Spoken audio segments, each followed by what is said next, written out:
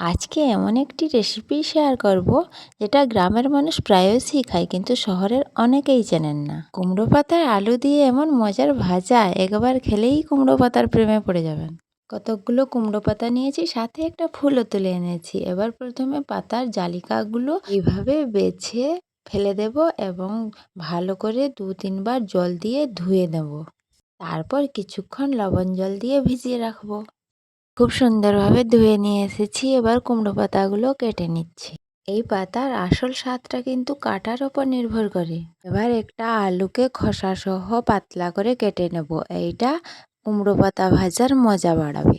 এবার গরম কড়াইতে কিছুটা সাদা সর্ষে দিয়ে ভেজে নেব এবং একটা গ্লাসের সাহায্যে একটু গুঁড়ো করে নেব। পুরো গ্রাম বাংলার আসল ফ্লেভার। এরপর সরিষার তেল দিয়ে দেব। কড়াইতে সরিষার তেল গরম, এই গন্ধটাই আসল বাঙালিয়ানা। এরপর থেতো করে রাখা রসুন আর কাঁচা লঙ্কা দিয়ে দেব। কিছুক্ষণ ভেজে নেব। সামান্য হলুদ গুঁড়ো ও স্বাদ মতো লবণ দিয়ে দেব। রসুনটাকে ভালোভাবে ভেজে নেব যাতে কাঁচা গন্ধটা না থাকে। এবার কেটে রাখা আলু দিয়ে কিছুক্ষণ আলুটাকেও ভেজে নেব।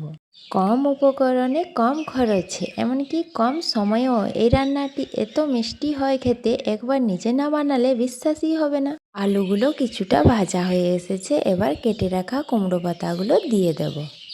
বন্ধুরা, এমন গ্রামের সহজ রেসিপি পেতে আমার চ্যানেলটিকে সাবস্ক্রাইব করে রাখুন। কমেন্টে জানিয়ে যাবেন আপনারা আমার এই ভিডিওটি কোন জায়গা থেকে দেখছেন, তবেই না আমি পরের ভিডিওতে আপনাদের ধন্যবাদ জানাতে পারবো। আলুর সাথে কুমড়ো পাতাগুলো ভালোভাবে মিশিয়ে নিয়েছি। এবার সামান্য জল দিয়ে কিছুক্ষণ ঢাকা দিয়ে রান্না করে নেব।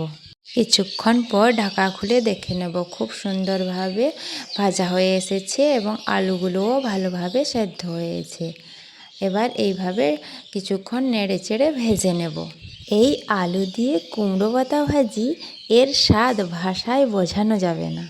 দেখুন, একদম ঝরঝরে ও শুকনো কুমড়ো পাতা ভাজি। এইটা পান্তা ভাতের সাথে এক কথায় অসাধারণ।